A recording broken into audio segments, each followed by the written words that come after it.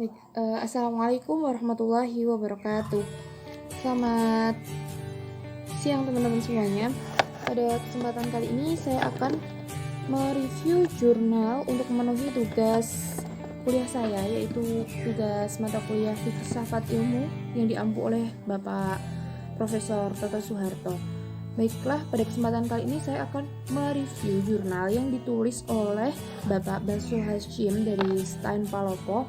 Jadi kalau kalian kepo, kunjungi aja Google Scholarship-nya, nanti kalian bakalan tahu apa aja artikel yang ditulis oleh beliau gitu ya.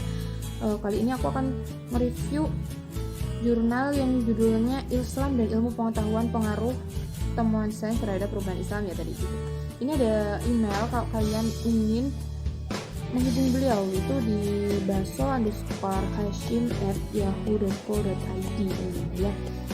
Baiklah, sebelum saya mereview, saya akan memperkenalkan diri saya terlebih dahulu supaya kita bisa supaya jelas identitas saya. Jadi perkenalkan, nama saya Noviana Putri Indasari. Saya dari Prodi Sejarah Peradaban Islam dengan NIM 206131057. Saya di kelas 2B. Jadi teman-teman, langsung saja akan saya review jurnal mengenai Islam dan Ilmu Pengetahuan Pengaruh Temuan Sains Terhadap Perubahan Islam. Jadi tema ini saya ambil dari pengklasifikasian ilmu Islam dan juga Barat seperti itu teman-teman. Jadi saya mengambil jurnal ini. Tanpa panjang lagi, akan saya review. Selamat menyimak teman-teman semuanya. Stay tune.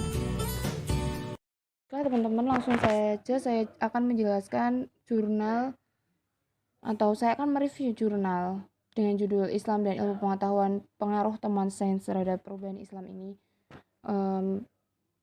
Di sini yang ditulis oleh Bapak Basu Hashim, yaitu beliau memaparkan dalam jurnal ini mengenai latar belakang beliau menulis jurnal ini, yaitu satu hal yang beliau katakan, beliau ungkapkan dengan kalimat seperti ini.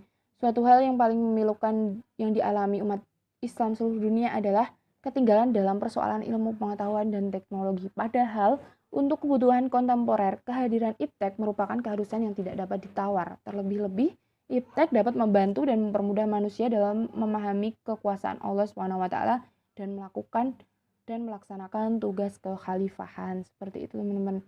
Jadi ini berangkat dari fakta yang paling memilukan dari yang dirasakan oleh Bapak Basu Hashim ini.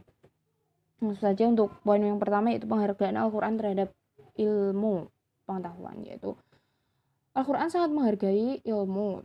Penghargaan Al-Quran terhadap ilmu memanglah sangat jelas bisa kita lihat begitu, karena ayat pertama yang diturunkan Allah kepada Rasulullah Muhammad SAW, yaitu mengenai ayat pertama itu langsung diperintahkan kita untuk belajar begitu, yaitu Quran surat Al-Alaq ayat 1-5 yang bunyinya A'udzubillahi minasyaitonir rajim. Bismillahirrahmanirrahim. Iqra bismi rabbikal ladzi khalaq. Khalaqal insana min 'alaq. Iqra wa rabbukal akram. Alladzi 'allama bil qalam. 'Allamal insana ma lam ya'lam. Artinya, bacalah dengan menyebut nama Tuhanmu yang menciptakan. Dia telah menciptakan manusia dari segumpal darah. Bacalah, dan Tuhanmu lah yang maha pemurah, yang mengajar manusia dengan perantara kalam.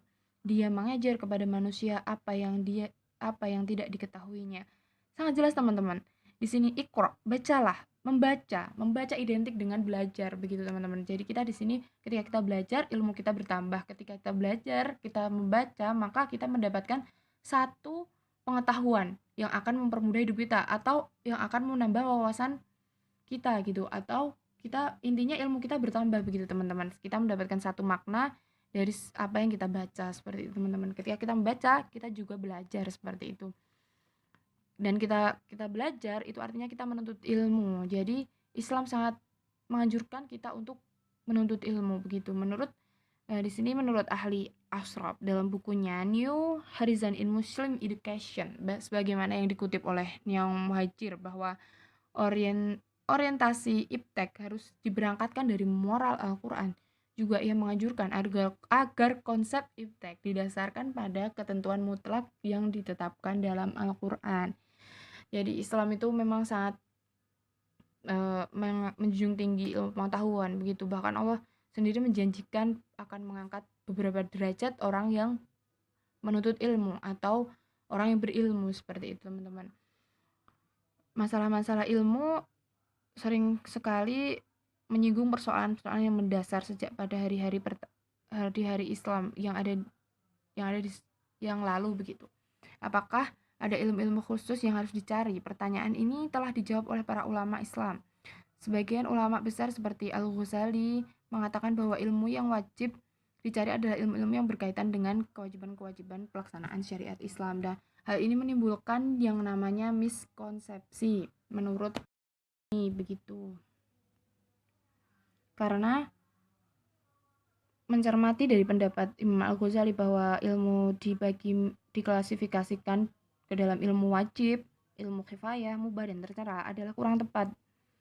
Karena bila merujuk pada hadis yang menjelaskan bahwa menuntut ilmu itu wajib bagi setiap muslim, ilmu apapun asalkan dapat memberikan manfaat bagi diri orang lain, maka itu adalah wajib. Sebaik-baiknya ilmu yang tidak bermanfaat adalah haram atau dilarang. Bukankah wahyu ataupun hadis sebagai sumber adalah berasal dari Allah? Demikian pula alam ciptaannya juga berasal dari Allah, sehingga menuntut ilmu kealaman sains itu juga termasuk kewajiban sebagai setiap muslim, asalkan diarahkan untuk kemanfaatan masyarakat, seperti itu. Lalu menurut Quraisy Shihab sendiri bahwasannya kata ilmu dengan berbagai bentuk terulang dalam Al-Quran sebanyak 854 kali.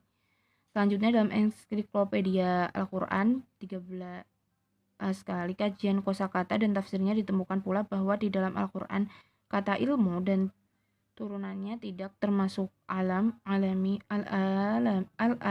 dan alamat disebut sebanyak 778 kali. Langsung saja untuk poin selanjutnya adalah pengaruh temuan sains terhadap perubahan Islam. Ini adalah sebuah pengaruh temuan sains terhadap perubahan Islam ini merupakan hal yang paling mendasar begitu. Bahkan kita sadari bahwasanya perubahan itu pasti terjadi atau sebuah keniscayaan gitu. Perubahan itu akan terjadi gitu, cepat atau lambat pasti terjadi. Sebuah kepastian. Perubahan itu adalah sebuah kepastian. Jadi bagaimana pengaruh temuan sains terhadap perubahan Islam?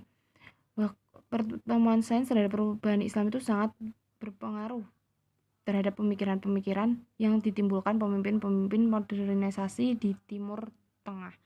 Itu kemudian mempengaruhi pemimpin-pemimpin Islam di Indonesia dan timbullah pembaharuan dalam Islam dan juga lewat pendidikan dengan pendirian program pasca sarjana di IAIN Syarif Hidayatullah, dan sampai sekarang banyak melahirkan para pemikir dan pembaharuan di bidang keislaman. Jadi sains itu berpengaruh terhadap perubahan Islam.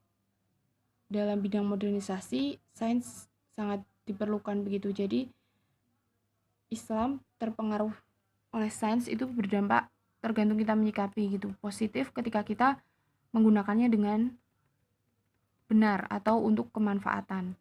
Seperti itu teman-teman. Lalu untuk selanjutnya kesimpulannya akan saya sampaikan.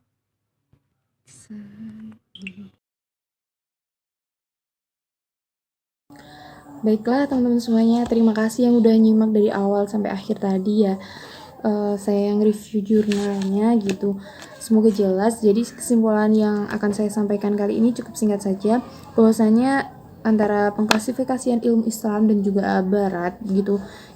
Jadi dan juga sesuai tema yang di jurnal ini adalah Islam dan ilmu pengetahuan, pengaruh temuan sains terhadap perubahan Islam. Jadi Islam dan juga Barat itu kan ilmunya itu harus seimbang gitu teman-teman. Jadi Islam itu mengajarkan kita juga untuk kita diperintahkan untuk seimbang atau adil dalam melakukan sesuatu. Jadi tidak boleh timpang salah satunya. Jadi kita harus memperbaiki dunia kita, tapi kita juga harus memperbaiki akhirat kita. Jadi kita bisa masuk surga dan juga dunia kita baik gitu. Jadi kita bahagia dunia dan juga akhirat gitu teman-teman semuanya.